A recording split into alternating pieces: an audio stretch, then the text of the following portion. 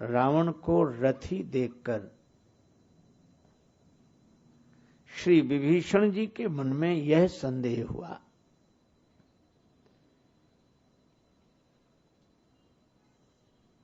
विभीषण जी को रावण का साधन दिखाई दे रहा है, श्री राम जी की साधना नहीं।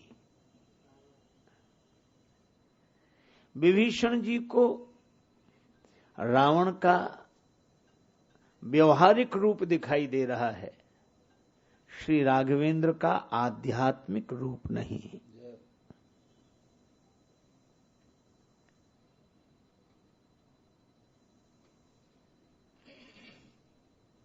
किंतु जो नहीं दिखाई देता है वही महत्वपूर्ण होता है।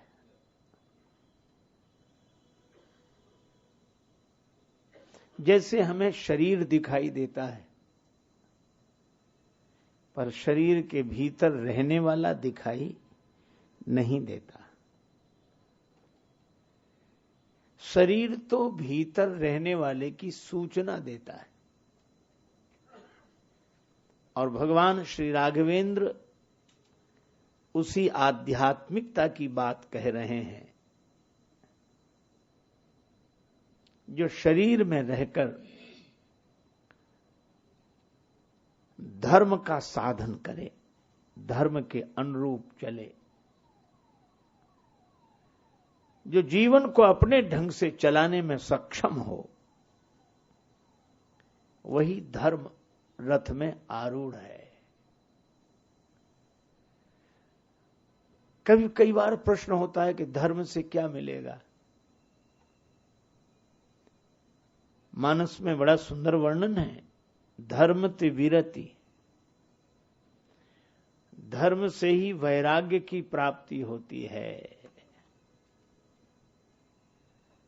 हमारा जहां जहां राग है उसकी निवृत्ति होती है, धर्म ते विरति। एक जगह और कहा कि जब कोई धर्म का पालन करता है तेहि कर फल पुण्य विषय विरागा,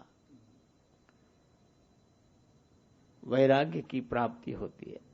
इसलिए धर्म के अलग अलग अंगों का वर्णन किया गया है मानस में। परहित सरिस धर्म नहीं भाई, परोपकार जैसा धर्म नहीं, धर्म की दया सरिस हरि जाना, परम धर्म श्रुति विदित अहिंसा। अहिंसा धर्म है, परोपकार धर्म है, दया धर्म है। इन धर्मों का जो कोई पालन करता है तो निश्चित रूप से उसके जीवन में सफलता मिलती है। भगवान जिस रथ का वर्णन कर रहे हैं उस रथ का वर्णन जो भगवान ने किया है एक बार हम लोग फिर स्मरण कर लें। सौरज धीरज ते ही रथ चाका,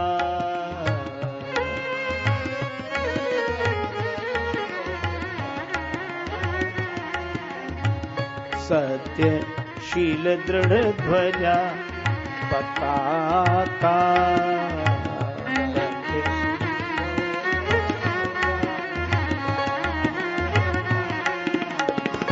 बल विवेक दम पर हित घोरे,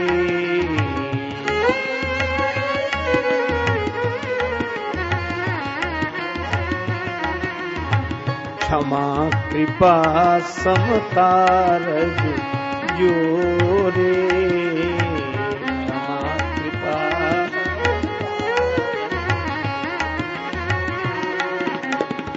ईस भजन सारथी सुजाना,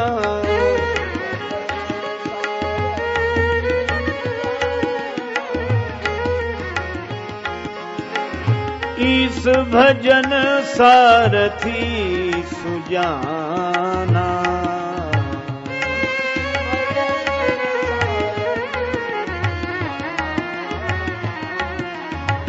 विरति चर्म संतोष कृपाना।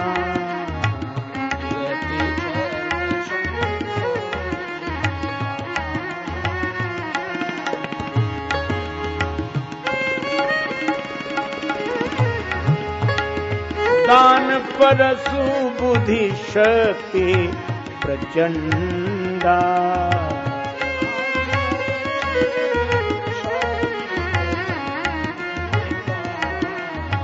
वर विज्ञान कठिन कोदंडा।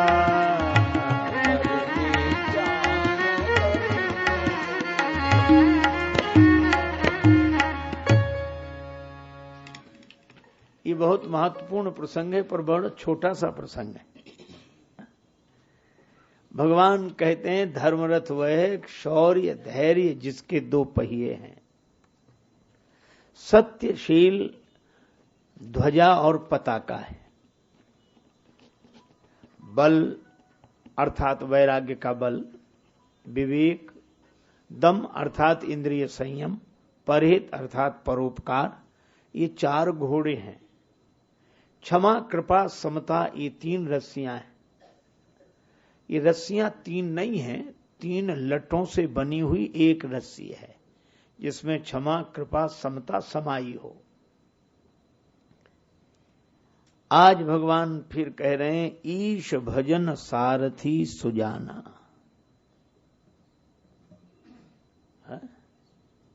विरति चर्म संतोष कृपाना। रथ तो बहुत बढ़िया है, लेकिन इस धर्म रथ का चलाने वाला कौन हो, सारथी कौन हो? ईश भजन। प्रायः जब कोई धर्म का आचरण करता है तो सहज उसके मन में अभिमान जागने लगता है, मैं बहुत धर्मात्मा हूं। कई बार वह कहता है हम तो सवेरे 3 बजे ही जाग जाते हैं।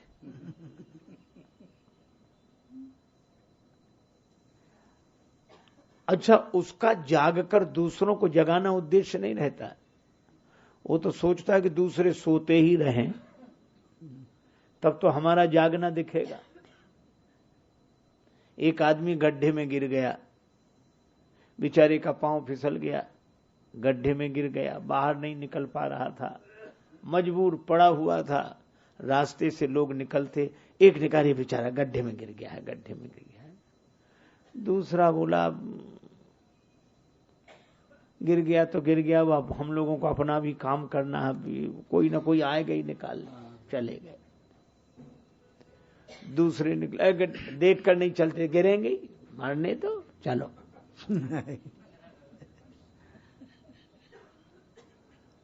तीसरे निकले, वो गिर, अरे अपना अपना भाग्य का भोग है, प्रारंभ है, इसमें कोई क्या करेगा। सब ऐसे ही निकलते।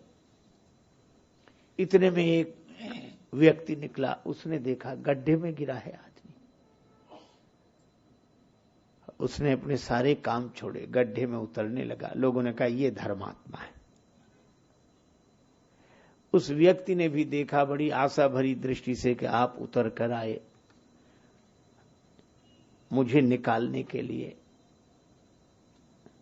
वो व्यक्ति बोला कि हम निकालने नहीं आए। फिर कहा हम तो धर्म का उपदेश करते हैं, हमारा उपदेश सुनकर सब भाग जाते हैं, कोई सुनता ही नहीं है। हमें ऐसी श्रोता की तलाश थी जो भाग न सके, तो हम तो चाहते हैं तुम गड्ढे में पड़े रहो और हम तुम्हें धर्म का उपदेश करते रहें। प्रायः धर्मात्मा ऐसे होते हैं, वो अब उनका अभिमान उनके धर्ममय जीवन को चलाता है। और रामचरितमानस में कहा गया सकल शोकदायक अभिमाना, ये संपूर्ण दुखों की जड़ है अभिमान।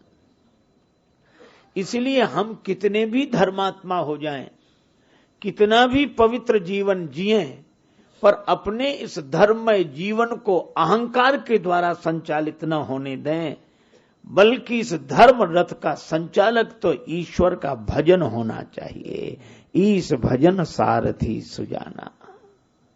हम नहीं, हम क्या करेंगे? यह तो आपकी कृपा है। अच्छा देखो, कई बार हमें यह लगता है कि अगर ईश्वर ही सब करते हैं तो फिर हम क्यों कर रहे हैं? इसका मतलब है कि ईश्वर नहीं करते होंगे, कर तो हम ही रहे हैं। फिर कहा जाता है कि सब ईश्वर करते, तो हम लोग भी कई बार क्या कहा ही जाता है, ये तो ऐसे ही कहना ही चाहिए। अच्छा, फिर दूसरी बात यह है कि अगर हम ही कर रहे हैं तो फिर सब कोई क्यों नहीं कर पा रहे हैं? ये हाथ पांव आंख नाक कान सबके हैं, बुद्धि सबके है। तब लगता है कि ईश्वर जिससे कराते हैं वही करता है। नहीं नहीं नहीं नहीं, ईश्वर क्या कराता, वो तो करते हम ही हैं। तो ऐसी स्थिति में हम लोग रहते हैं। पर ऐसी स्थिति के लिए एक उत्तर है, बड़ा अच्छा उत्तर यह है।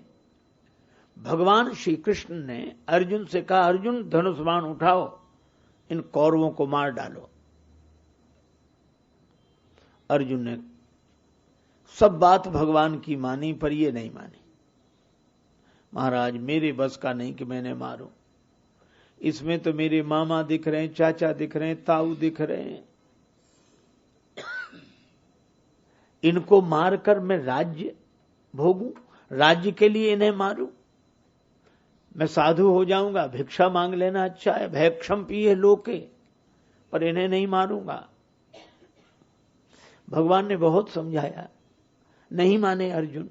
तो भगवान ने अपना विराट रूप दिखाया और अर्जुन को दृष्टि दी कि अब मेरी ओर देखो।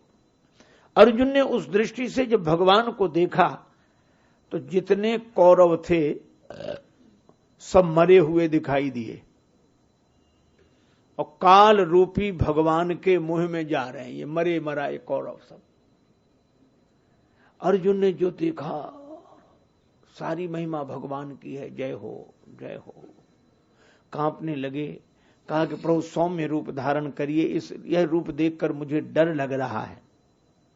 भगवान ने अपना सौम्य रूप धारण किया, दृष्टि वापस ले ली।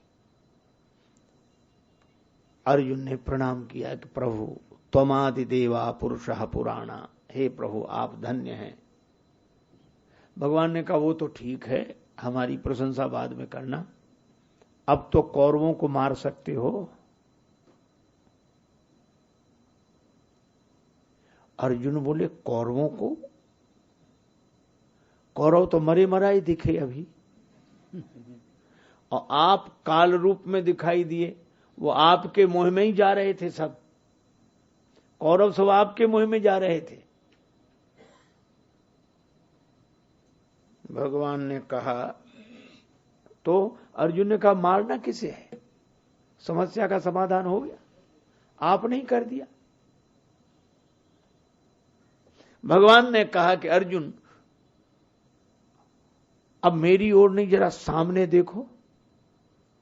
अर्जुन ने जब सामने देखे तो सब कौरव खड़े, अपने अपने शस्त्र लिए खड़े। अर्जुन ने जो देखा कि भगवान ये तो सब खड़े हैं, और अगर ये खड़े हुए जीवित दिखने ही थे तो हमें मरे मराए दिखाए क्यों? और मरे मराए दिखाई दिए थे तो इनसे लड़ने की जरूरत क्या है? अब भगवान ने बड़ी सुंदर बात कही। भगवान ने कहा कि अर्जुन ये कौरव मरे मराए इसलिए मरे मराए दिखाए ताकि तुम्हें अभिमान ना हो कि हमने इन्हें मारा है, ताकि तुम्हें अभिमान ना हो कि हमने इन्हें मारा है। मरे हुए तो पहले ही देख लिए, अब हम तो निमित्त मात्र हो जाएं। इसलिए मरे मराए दिखाए ताकि तुम्हें अभिमान ना हो। अर्जुन बोले सो तो ठीक है, लेकिन जब मर ही गए थे तो जिंदा काहे को कर दिए। भगवान कृष्ण ने कहा कि जीवित इसलिए दिखा दिए, जिंदा इसलिए दिखा दिए ताकि तुम में अकर्मण्यता ना आ जाए, आलस्य ना आ जाए। तो आलस्य अकर्मण्यता दूर करने के लिए कौरव जीवित हैं और अभिमान दूर करने के लिए इन्हें मरे मराए समझो, क्योंकि पहले देख ही लिया है। अब ये है थोड़ी जटिल बात, लेकिन हम सबके साथ यही है। भगवान हमारा आलस्य अकर्मण्यता दूर करने के लिए धर्म मार्ग बताते हैं कि इस पर चलो, लेकिन जिस पर हम चल रहे हैं वह तो भगवान ने पहले ही हमें चला दिया है, और जिसको भगवान याद आते हैं उसे फिर अभिमान नहीं होता। तो हम में अभिमान भी न हो और हम में अकर्मण्यता भी ना आवे। इसलिए ईश भजन सारथी सुजाना, अगर हम धर्ममय जीवन जी रहे हैं तो अभिमान दूर करने के लिए मन को भगवान के भाव से भर कर रखें कि भगवान ही हमें चला रहे हैं, उन्होंने ही जन्म दिया, उन्होंने ही जीवन दिया। अच्छा, इसी संदर्भ में एक बात मैं और कहूं। हम सब लोग एक बात जानते हैं, कर्म प्रधान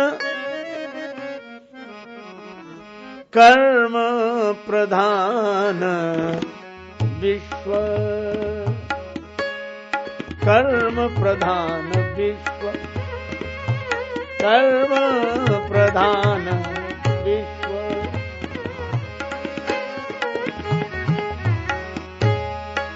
रची राखा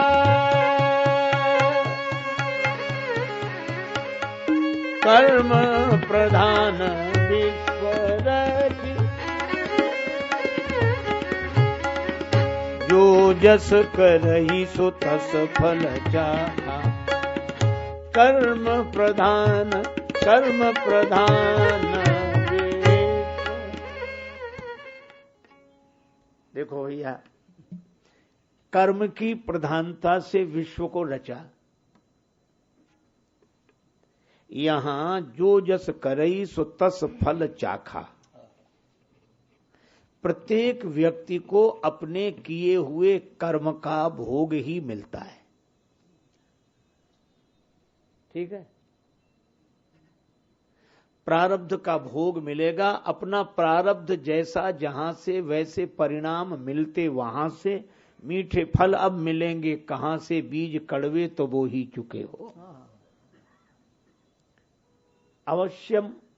अवश्यमेव भोक्तव्यम कृतम कर्म शुभाशुभम। एक उदाहरण दिया जाता है। एक आदमी अपने रास्ते से चला जा रहा था, बगल में आम का बगीचा, आम के फलों का मौसम, एक वृक्ष में आम के फल लगे थे। व्यक्ति ने देखा, अब देखो आंखों ने देखा, उसके मन में आया कि चोरी से फल खा लें, तो आंख तो पेड़ के पास जा नहीं सकती, दूर से दिखा सकती है। तो देखा, आंख ने गए पांव, इसका अर्थ जिसने देखा वो गया नहीं। अच्छा, पांव पेड़ के पास पहुंच जाए, पांव फल तोड़ नहीं सकता, तो जो पेड़ तक गया उसने फल तोड़ा नहीं, फल तोड़ा हाथ ने। अच्छा, हाथ फल तोड़ ले तो हाथ को स्वाद मिलेगा कि फल खट्टा कि मीठा? तो जिसने तोड़ा उसने चखा नहीं, चखा रसना ने। अच्छा, एक और अद्भुत बात, जिसने चखा उसने रखा नहीं। देखा आंख ने गए पांव, फल तोड़ा हाथ ने, चखा रसना ने, रखा पेट ने। इतने में बगीचे का माली आया, चोरी से फल खाते देखा, दबे पांव धीरे धीरे आया, डंडा लेकर 2-4 डंडे पीठ में धमाधम जमा दिए। एक महात्मा से एक सज्जन पूछ रहे थे कि ये बताओ पीठ की क्या गलती, बेचारी न लेने में न देने में। देखा आंख ने गए पांव, फल तोड़ा हाथ ने, चखा रसना ने, रखा पेट ने और पिटे पीठ। महात्मा बड़े विवेकी थे, उन्होंने कहा कि इस कहानी में ही तुम्हारे प्रश्न का उत्तर है। जब पीठ में डंडे की चोट लगी तो दर्द हुआ? हाँ हुआ। अच्छा, दर्द होने पर रोया कौन? आंसू कहां से निकले? आंख से। और सबसे पहले फल देखा किसने था? आंख ने। तो चाहे जितने चक्कर के बाद मिले, फल उसी को मिलेगा जिसका कर्म है। 1000 गौएं हों, महाभारत में उदाहरण दिया गया। आप अपनी गाय नहीं पहचान सकते, इन 1000 गौओं में हमारी गाय कौन है? उनके बछड़ों को छोड़ दो, बछड़ा अपनी अपनी मां के पास पहुंच जाएगा और उसके थन से मुंह लगाकर पैपान करने लगेगा। जैसे बछड़ा अपनी मां को पहचानता है, चाहे हजारों हों, पर वो अपनी ही मां के पास जाएगा, इसी तरह प्रारब्ध अपने भोक्ता को पहचानता है, चाहे लाखों आदमी हों, पर प्रारब्ध उसी के पास जाएगा जिसका है। इतना कटु सत्य है यह। लेकिन एक दूसरी भी बात कही जाती है, भगवान सब करते हैं। अच्छा, अब जरा गंभीर बात है, लेकिन आप लोग इतने प्रेम से सुन रहे हैं तो निवेदन करूं, जब कर्म का फल मिलना ही है, कर्म का ही फल मिलना, हमें हमारे भाग्य का ही फल मिलना है, तो भगवान की जरूरत क्या है? फिर हम भगवान को क्यों माने? भगवान की भक्ति क्यों करें? क्योंकि जब मिलना ही भाग्य का भोग है, तो फिर भगवान के भजन की जरूरत क्या है? भगवान को मानने की जरूरत क्या है? ऐसा प्रश्न कई लोग कर सकते हैं, पर मैं कहता हूं जरूरत है। कैसे? आप ऐसे सोचो कि फल तो कर्म का ही मिलता है, लेकिन कर्म फल दे नहीं सकता। फल कर्म का ही मिलेगा, लेकिन कर्म फल दे नहीं सकता। उदाहरण, जैसे आपने पढ़ाई की और पढ़ाई में एमए किया, अब आपकी नौकरी लगेगी तो पढ़ाई के ही आधार पर है।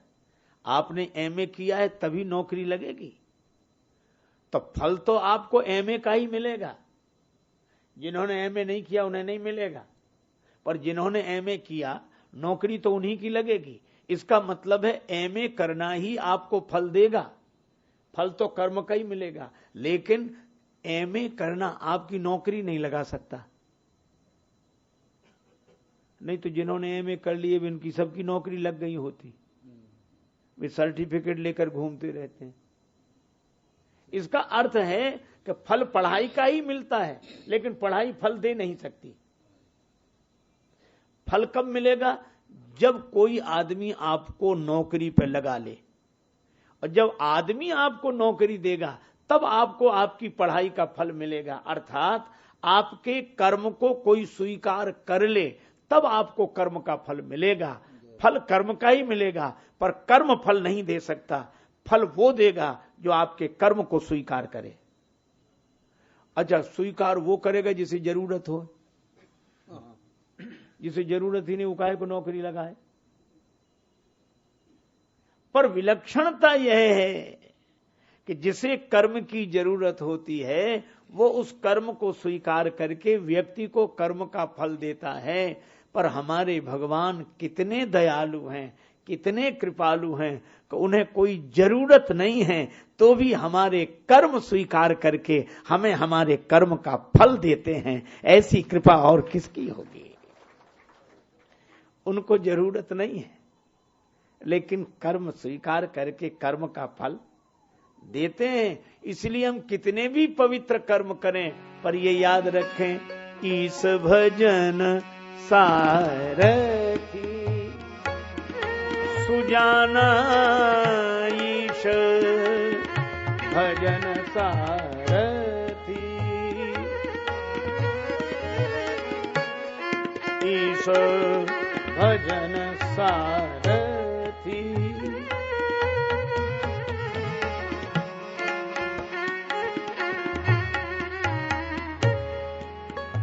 अच्छा, एक बात और है।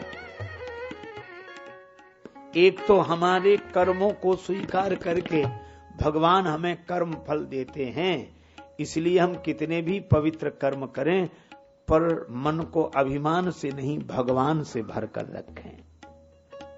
एक और बात है, कर्म के 3 स्वरूप हैं। कर्म के संचित, क्रियमाण और प्रारब्ध। अच्छा देखो, हम संचित से बच सकते हैं, क्रियमाण से बच सकते हैं, पर प्रारब्ध से नहीं बच सकते। आप ऐसे सोचो, जैसे आपके तरकस में बाण रखे हैं और एक बाण आपने धनुष पर चढ़ा लिया है और एक बाण वो जो चल चुका है, तो तरकस में रखे हुए बाणों से बच सकते हैं, हम नहीं चलाएंगे। और धनुष पर चढ़े हुए बाण से भी बच सकते हैं, हम उतार के रख लेंगे। लेकिन जो बाण चल चुका है उससे बचा नहीं जा सकता। हमारे गुरुदेव भगवान कहते थे, क्रियमाण मिट जब अहम मिट और संचित मिट जब ज्ञान, पर भोगे से प्रारब्ध मिट वेद भेद यह जान। ज्ञान होने पर संचित कर्म समाप्त हो जाते हैं। ना हम करता, मैं करता नहीं हूं। भगवान श्री कृष्ण कहते हैं, अहंकार विमूढ़ात्मा करता हम इति मन्यते। मैं करता नहीं हूं। जब करता नहीं हूं तो तुम्हारे होने वाले कर्म भी खारिज नहीं है। संचित कर्म मिट जाएंगे ज्ञान होने पर। और ज्ञान होने पर जब अभिमान नहीं रहेगा तो हमारे जो अभी के होने वाले कर्म हैं वो भी मिट जाएंगे। भूंजे हुए बीज कहीं भी बो दो पैदा नहीं होते। तो जिनके कर्म ज्ञानाग्नि में दग्ध हो गए हैं, वे कितने भी कर्म करें उनका कोई फल नहीं होता। तो क्रियमाण से बच गए, संचित से बच गए। लेकिन जो प्रारब्ध है उससे नहीं बचा जा सकता। देह धरे का दंड यह सब काहू को होए, और ज्ञानी भोगे ज्ञान से मूर्ख भोगे रोए। ये प्रारब्ध है, ये रहेगा। अच्छा अब देखो, इस प्रारब्ध के भी 3 भेद हैं, इच्छा प्रारब्ध, अनिच्छा प्रारब्ध और परेच्छा प्रारब्ध। हमने इच्छा की और वस्तु मिल गई, इच्छा की मित्र मिल गया, अरे हम आपके बारे में सोचे, आप बहुत बढ़िया मिले, इच्छा प्रारब्ध। और अनिच्छा प्रारब्ध, कोई नहीं चाहता कि हमें जुकाम हो जाए, खांसी हो जाए, बुखार आ जाए, सिर दर्द हो जाए, गैस बन जाए, लेकिन बन जाए तो भोगनी है। ये अनिच्छा प्रारब्ध। हम नहीं चाहते फिर भी रोग आ जाता है, अनिच्छा प्रारब्ध। हम चाहते हैं वस्तु मिल जाती है, इच्छा प्रारब्ध। अब परीक्षा प्रारब्ध देखो, परीक्षा प्रारब्ध ऐसे, मैंने एक बार देखा कि 2 आदमियों में झगड़ा हुआ और तीसरा बेचारा अलग बैठा था, वो अपना सामान आमान लगा रहा था उसी, और वो दोनों लड़ गए। और दोनों लड़े तो हमने कहा रुको रुको रुको रुको, जब तक कहा तब तक दोनों लड़ते लड़ते उसी पे गिरे, तीसरे आदमी। वो बेचारा न लड़ने में, न लेने में, न देने में, वो कमजोर आदमी, उसके ऊपर दोनों गिरे, उस बेचारे की हड्डी पसली टूट गई। हमारी क्या गलती, यही गिर पड़े हम पे, हमारी क्या गलती। तो हम चुप तो रहे, लेकिन सोचते रहे कि गलती इसको दिखाई नहीं पड़ रही है, पर यह इसका परेच्छा प्रारब्ध है। दूसरे की इच्छा से और मिट गए हम, ये परीक्षा प्रारब्ध। तो इच्छा प्रारब्ध, अनिच्छा प्रारब्ध, परीक्षा प्रारब्ध। अच्छा, अब इसी कर्म की भगवान श्री कृष्ण कहते हैं, गहनो कर्मणा गति ही, कर्म की गति बड़ी गहन है।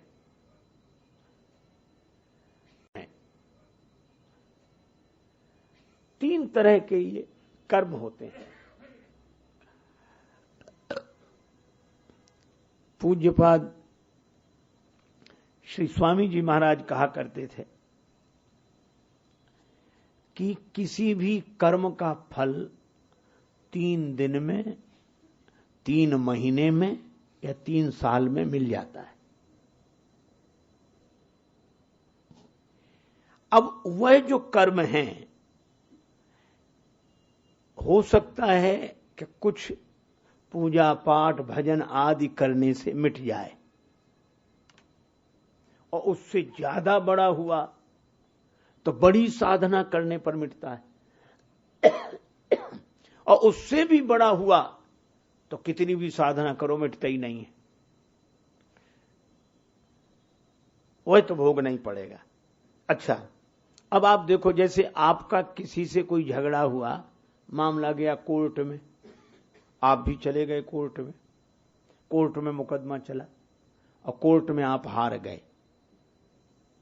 तो हार गए, कोर्ट है क्या, हाई कोर्ट में जाएंगे, हाई कोर्ट में चले गए और वहां भी मुकदमा चला, और मान लो कुछ दिन बाद हाई कोर्ट में भी हार गए, तो भी आप हार नहीं मानते, सुप्रीम कोर्ट में जाएंगे, और सुप्रीम कोर्ट में चले गए, और सुप्रीम कोर्ट के में फैसला आया आपके विरुद्ध, और मान लो सुप्रीम कोर्ट ने कहा कि मृत्युदंड दिया जाए इस आदमी को, अब कहां जाओ है? तो कुछ कर्म होते हैं जो कोर्ट में ही निपट जाते हैं, मतलब थोड़ी बहुत पूजा से, कुछ बड़ी साधना से हाई कोर्ट में निपट जाते हैं, कुछ सुप्रीम कोर्ट की तरह होते हैं, किसी साधना से नहीं निपटते। लेकिन सुप्रीम कोर्ट में भी अगर व्यक्ति हार जाए तो उसके पास भी उपाय है, और उसके पास उपाय अब साधना का नहीं है, अब साधन का नहीं है, उसके पास अब केवल उपाय है प्रार्थना का। वह राष्ट्रपति से प्रार्थना करता है, प्रार्थना पत्र भेजता है कि मुझे इस दंड से मुक्ति मिले, अगर आपकी कृपा हो तो, और राष्ट्रपति चाहे तो उसको सुप्रीम कोर्ट के फैसले मृत्युदंड से मुक्त कर सकता है। उसको बोलते हैं मर्सी ऑर्डर, ये उसको अधिकार है। मैं भी आपसे कहता हूं कि आपका कर्म कितना भी जटिल हो, भाग्य का भोग कितना भी जटिल हो, लेकिन अगर आप परमात्मा रूपी राष्ट्रपति से प्रार्थना करते हैं और वो अगर चाहें तो हमें उस भाग्य के भोग से बचा सकते हैं, इसमें कोई संदेह नहीं। इसलिए कितना भी धर्म का पालन करें, पर सारथी ईश्वर भजन को रखें। बड़े बड़े ज्योतिषी भी हमारे कर्म का फल लिखते हैं और बाद में कहते हैं आगे भगवान की इच्छा। भगवान की इच्छा सर्वोपरि है। अब रामचरितमानस में प्रमाण देखो। हिमांचल राज्य के यहां देवर्षि नारद पधारे।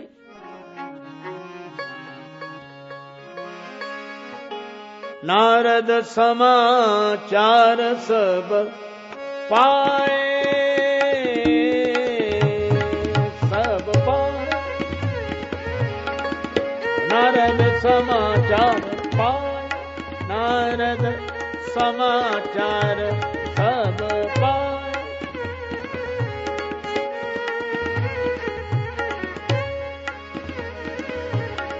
कौतुक ही गिर गए सिधाए, नारद समाचार सब पाए।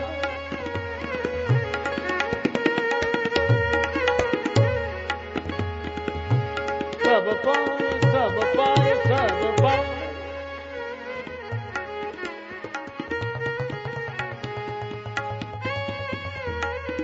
नारद समाचार सब पाए। सब नारद जी को समाचार मिले और नारद जी हिमांचल राज्य के यहां आए। हिमांचल राज्य ने अपने बड़े सौभाग्य का वर्णन किया। आपका दर्शन महाराज, पधारो। चरण धोए, सारे भवन को सिंचाया, बेटी को बुलाकर प्रणाम कराया। पार्वती जी ने प्रणाम किया। महाराज इस बेटी के दोष गुण बता दो। हस्तरेखा देख। नारद जी ने जो देखा, का शैल सुलक्षण सुता तुम्हारी। हिमांचल राज तुम्हारी बेटी समस्त सद्गुणों से संपन्न है, सुलक्षण संपन्ना है,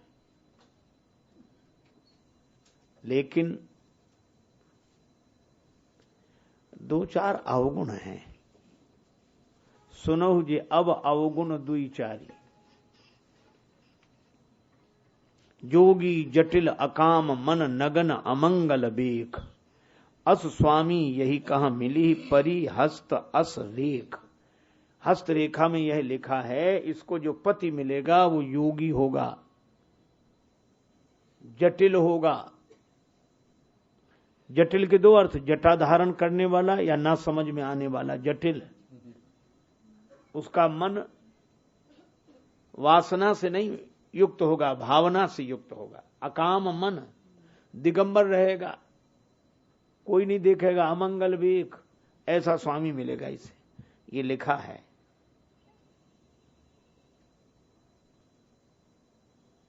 महाराज ये मिट नहीं सकता। कह मुनीस हिमवंत सुनो, जो विधि लिखा लिलार। देव दनुज नर नाग मुनि को न मेटने हार।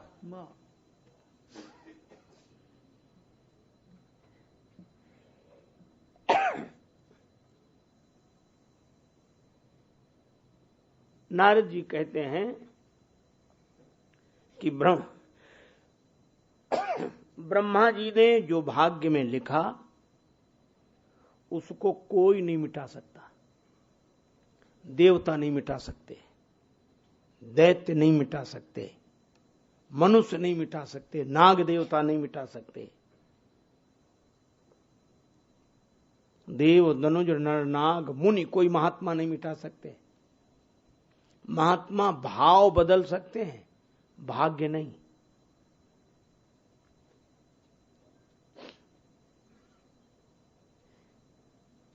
इसलिए मिटेगा नहीं है। को न मेटने हार। महाराज तब तो बड़ी गड़बड़ी है। महात्मा बोले, नारद जी ने कहा पर एक उपाय है। प्रारब्ध तो यही रहेगा, मिलेगा तो ऐसे ही वर, लेकिन कुछ परिवर्तन हो सकता है। क्या परिवर्तन हो सकता है? का जे वर के दोष बखाने, वर के जिन दोषों का वर्णन किया गया है, ते सब स्योपा में अनुमाने। वे सब शंकर जी में है। शंकर जी योगी हैं, जटाएं धारण करने वाले हैं, दिगंबर रहते हैं, अमंगल वेश है। लेकिन जो विवाह संकर्षण होई, 200 गुण सम कह सब कोई।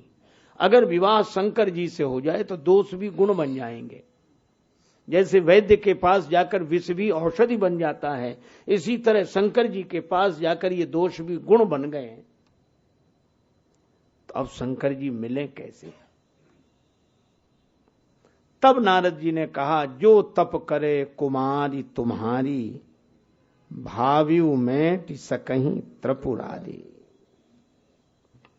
शंकर जी भावी मिटा सकते हैं, लेकिन मिलेगा वैसे ही, पर थोड़ा परिवर्तन होकर। प्रारब्ध तो वही रहेगा, पर परिवर्तित होकर दूसरा फल देने वाला हो जाएगा। पर तप करो।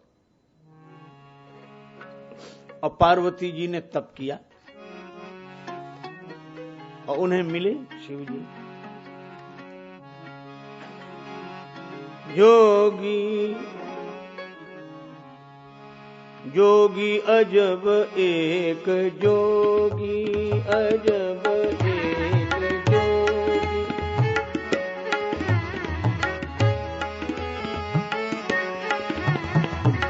जालिम जहर खाते जालिम जहर खाते जोगी।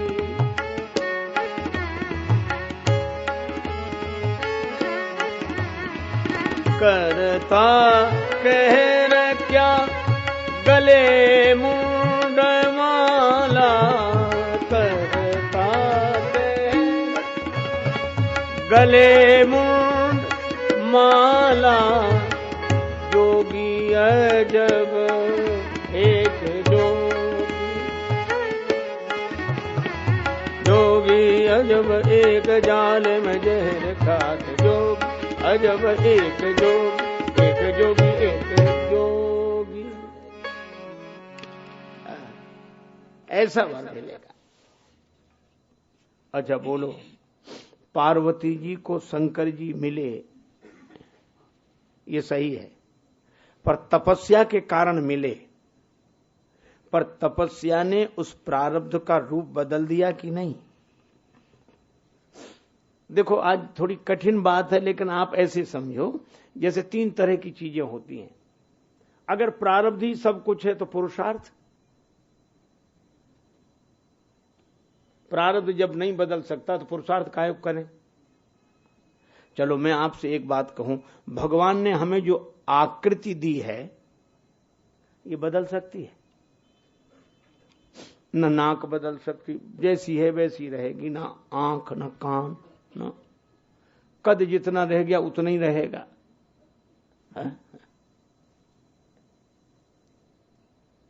एक आदमी का बड़ा लंबा कद, सो किसी दुकान पर खड़ा, फलों की दुकान थी, बोले ये नींबू कैसे दिए? तो बेचने वाला बोला जरा झोंक के देखो संतरे हैं, और उतना लंबा उसे संतरे भी नींबू लग रहे। और एक छोटे कद के थे, वो पढ़ाते थे विद्यालय में, बच्चों का विद्यालय, वो पढ़ावे, कद छोटा, और उनके साथ बड़ी समस्या, बच्चों को डांटना होता तो उनका हाथ ही उनके कान तक नहीं पहुंचता, और बच्चे इतने बड़े बड़े, तो हाथ पकड़ते और कहते चबूतरे पर चल, चबूतरे पर। खुद चबूतरे पर खड़े होते, उसे नीचे खड़ा कर दे, तब उसका कान पकड़ पाते। अब कद जितना रह गया उतना ही रहेगा, कितनी ताड़ आसन लगाओ वो बढ़ने वाला नहीं है, और लंबाई जितनी है हो गई तो हो गई, वो कम होने वाली नहीं है। तो आकृति बदल नहीं सकती, बिल्कुल ठीक है। तो जब बदल ही नहीं सकती तो पुरुषार्थ क्या? जब प्रारब्ध ही है तो पुरुषार्थ क्या? अरे भाई पुरुषार्थ है, उसके बाद भी नाक बदल तो नहीं सकते हम, लेकिन नाक को साफ सुथरा तो रख सकते हैं।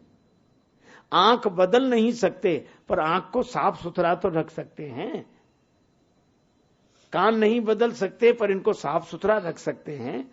हम वाणी को नहीं बदल सकते हैं, पर इससे कीर्तन करा सकते हैं। हम रसना को नहीं बदल सकते हैं, पर इससे भगवान का प्रसाद दे सकते हैं। हम चरणों को नहीं बदल सकते, पर इन्हें मंदिर ले जा सकते हैं। हम हाथों को नहीं बदल सकते, पर कीर्तन तो करा सकते हैं।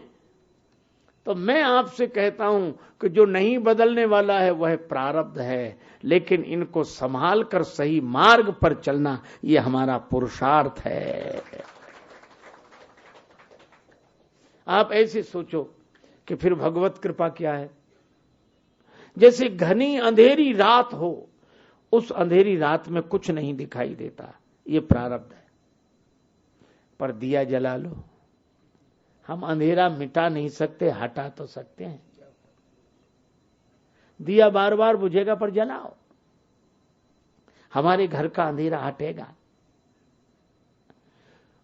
मुझे लगता है कि काली रात प्रारब्ध की तरह है, दिया जलाना पुरुषार्थ है, और सूर्योदय हो जाए ये भगवत कृपा है, भगवान की कृपा है, फिर दिया जलाने की। इसी तरह प्रारब्ध को भी पुरुषार्थ सही दिशा दे सकता है। इसलिए हम ये सोच कर ना रहे कि हमारा तो प्रारब्ध ही ऐसा है, हम तो भाग्य ऐसा है, भाग नहीं, उसके बाद भी पुरुषार्थ करो इस भाग्य में भी परिवर्तन हो सकेगा, स्वरूप बदल सकेगा। रामायण की कथा यही सिखाती है। शंकर जी मिल गए पार्वती जी को, उनको प्रारब्ध के अनुरूप मिले, लेकिन स्वरूप बदल गया। काशी के एक ब्राह्मण ने बड़ी तपस्या की भगवान शिव की, शिव जी का भक्त, ओम नमः शिवाय करता कई वर्ष तक देवाधिदेव महादेव भगवान शिव प्रसन्न हो गए। ब्राह्मण से कहा वरदान मांगो।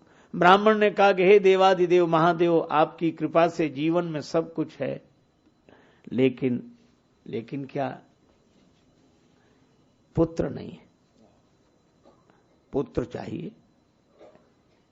शंकर जी बोले पुत्र दो तरह के होते हैं, सुपुत्र और कुपुत्र। महाराज दोनों का अंतर बताओ। बोले कुपुत्र लंबी उम्र वाला होगा पर तुम्हें सताएगा, जीवन भर दुख देगा, उम्र लंबी। और सुपुत्र सुख देगा पर उम्र छोटी होगी। ब्राह्मण ने कहा महाराज हमें सुपुत्र ही दे दो, सुपुत्र। चलो ठीक है। शिव जी बोले सुपुत्र मिलेगा, उम्र 5 वर्ष की रहेगी। शंकर जी अंतर्ध्यान हो गए। अब वो बड़ा परेशान, 5 साल की उम्र, पर अब जो दिया सो दिया। समय आने पर बालक का जन्म हुआ। बड़ा सुंदर बालक, चंद्रकला की भांति बढ़े। माता पिता को बड़ा सुख हो, लेकिन पिता को दुख भी हो, क्योंकि उसे पता था कि उम्र कितनी है।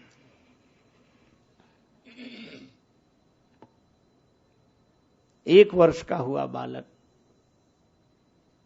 2 वर्ष का हुआ, 3 वर्ष का हुआ, 4 वर्ष की उसकी उम्र हुई। अब पिता बड़ा दुखी। किसी ज्योतिषी ने कहा कि किसी सिद्ध संत के आशीर्वाद से उम्र बढ़ सकती है। तो कहा कि सिद्ध संत कहां मिले, ये बड़ी समस्या। उस ज्योतिषी ने कहा कि सिद्ध संतों को मत ढूंढो, तुम्हें तो जो मिले उनको सिद्ध ही मानना शुरू करो, जो मिले सिद्ध। ब्राह्मण ने अपने बेटे को गंगा जी के किनारे झोपड़ी बनाई, बिठाया, बेटा इस रास्ते जो निकले सबको प्रणाम करो। नर नारी निकरे जिते, युवा वृद्ध अरुबाल,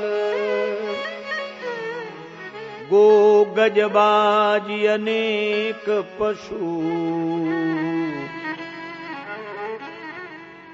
सूकर स्वान श्रद्धा। जो भी स्त्री पुरुष निकलते, गौ माता, हाथी, घोड़े, अरे और तो और शूकर, स्वान, सियार, कोई भी निकले, वो आकृति नहीं देखता, वह तो आकृति के भीतर बैठे हुए परमात्मा को देखकर प्रणाम करता। आवत देखे दूर ते जोरे दो हाथ, पुनि प्रणाम सबको करे, धरी धरी मही में माथ। सिर धरती पर रख दे, प्रणाम करे। 1 वर्ष तक यह नियम चला। 3 दिन बचे बालक की उम्र में, केवल 3 दिन शेष। जब बालक की आयु में रहे 3 दिन शेष, बड़े भाग्य ते ही मग सप्तऋषि की ओर प्रवेश। अब देखो 3 दिन बचे थे, सप्तऋषियों का प्रवेश हुआ। और बालक ने जो सप्तऋषियों को देखा,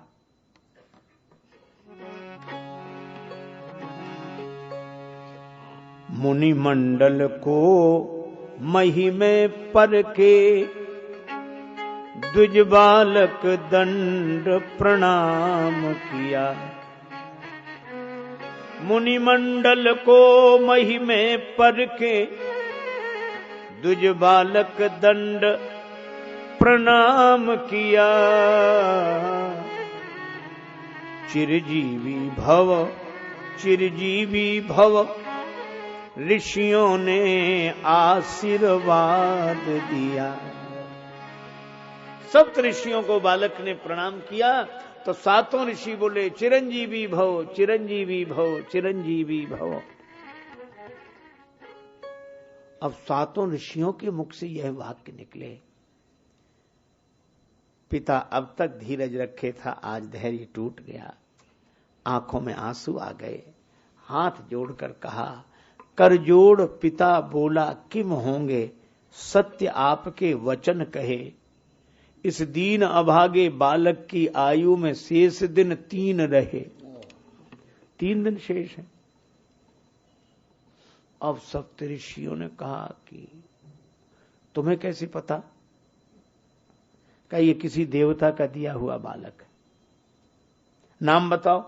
नाम नहीं बताएंगे आप लोग झगड़ा करोगे।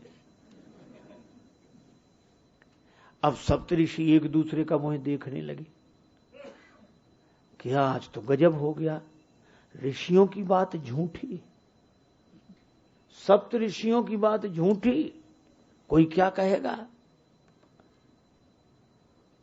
तो बोले अब आप ही सोचो क्या करें। पिता बोला आपकी वाणी। ऋषियों ने एक उपाय किया कि तुम इस बालक को आज ही हमें दे दो, हम इसके कल्याण की कामना करते हैं, प्रयास करेंगे। बालक को लेकर ऋषि चले। अब पिता ने भी बालक प्रदान कीनो, करके कठिन हिया। ऋषियों ने क्या किया, मुनियों ने क्या किया, ऋषियों ने क्या किया, मुनियों ने क्या किया, ऋषियों ने क्या किया। बालक प्रदान कीनो, करके कठिन हिया। ऋषियों ने क्या किया, मुनियों ने क्या किया, ऋषियों ने क्या किया।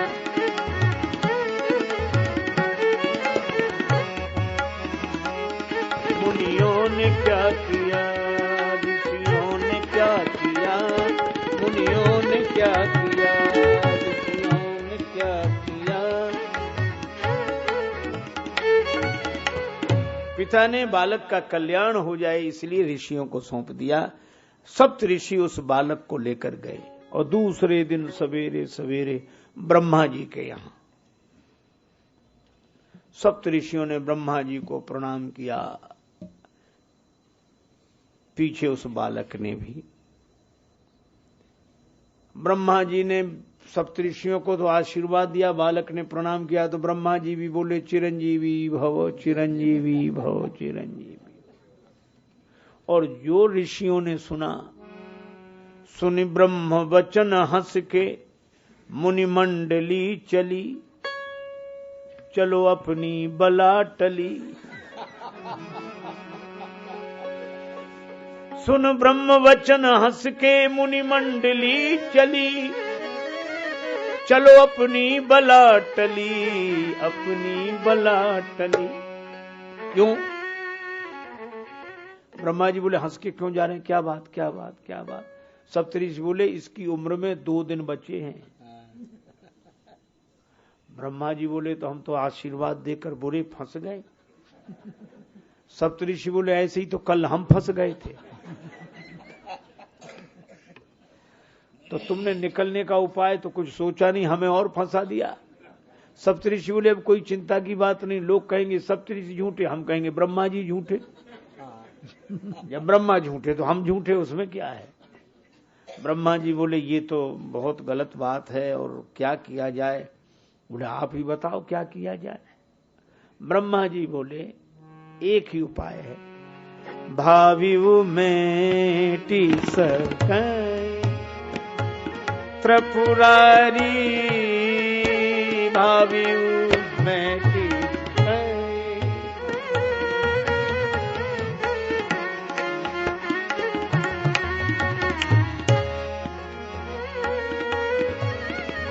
त्रिपुरारी त्रिपुरारी रारी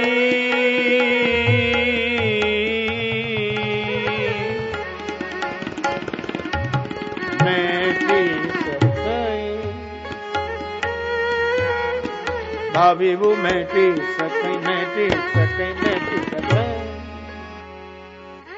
भगवान शंकर मिटा सकते हैं इस विपत्ति को। और चलो उन्हीं के पास चले। तीसरे दिन सवेरे सवेरे शंकर जी के यहां ब्रह्मा जी सप्तऋषि पीछे वो बालक। ब्रह्मा जी ने प्रणाम किया, नमः शिवाय। शिव जी बड़े प्रसन्न हुए, आशीर्वाद दिया। सप्तऋषियों ने प्रणाम किया, शिव जी ने भी आशीर्वाद दिया। पीछे वो बालक भूतल परे लकुटी की नाई, वो भी गिर पड़ा है। प्रणाम करते देखकर शिव जी बोले, चिरंजीवी भव चिरंजीवी भव चिरंजीवी। शिव ने विनीत हंस के मुख पंच से कहो, चिरजीव सुत रहो चिरजीव सुत रहो। अब शंकर जी ने भी कह दिया, चिरंजीवी भव चिरंजीवी भव चिरंजीवी भव चिरंजीवी भव चिरंजीवी भव। और 5 बार शिव जी ने कहा तो ब्रह्मा जी हंस के चले। क्या बात है। ब्रह्मा जी बोले अब हम निश्चिंत हैं। ब्रह्मा का भार भोले बाबा ने ले लिया। ऋषियों ने क्या किया, मुनियों ने क्या किया, ऋषियों ने क्या किया।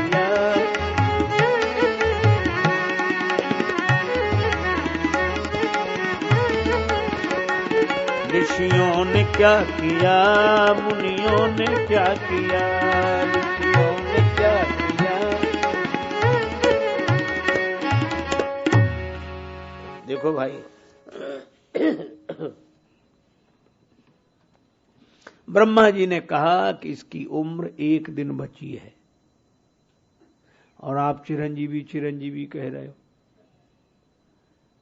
शंकर जी बोले किसका बालक है? ब्रह्मा जी बोले काशी के उस ब्राह्मण का बालक। शिव जी बोले ये तो हमारा ही दिया हुआ बालक है।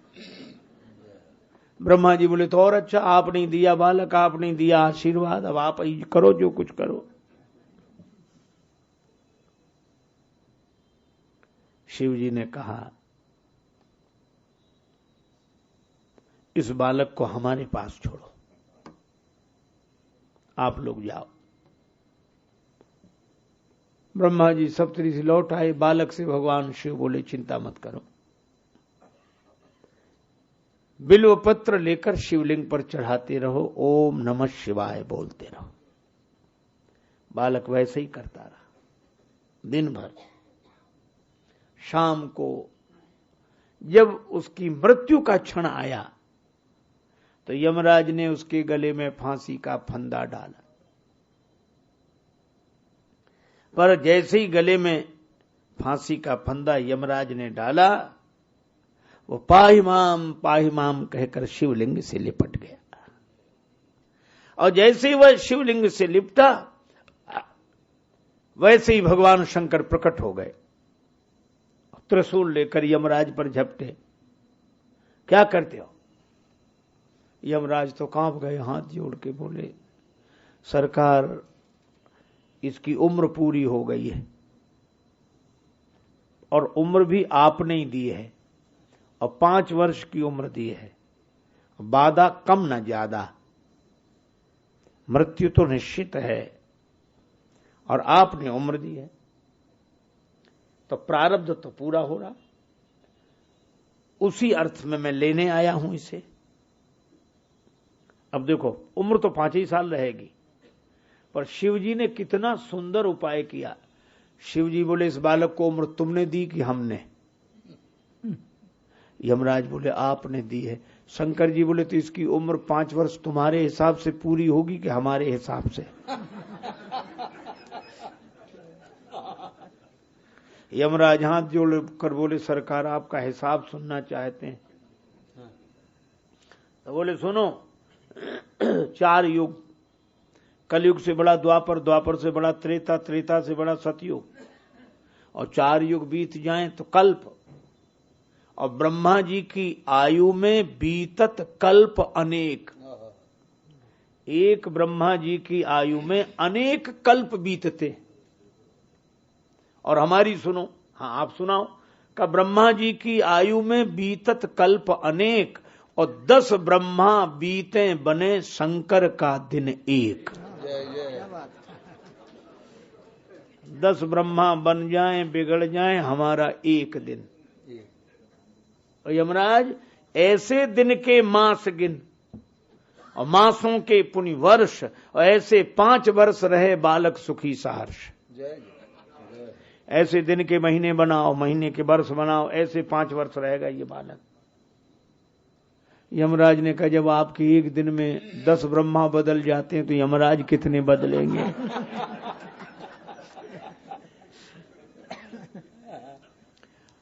और ये प्रामाणिक कथा है, पौराणिक कथा है। और वही बालक महर्षि श्री मार्कंडेय ऋषि के नाम से प्रसिद्ध हुए, जिनका प्रलय में भी नाश नहीं होता। अच्छा अब आप देखो, नियम तो नियम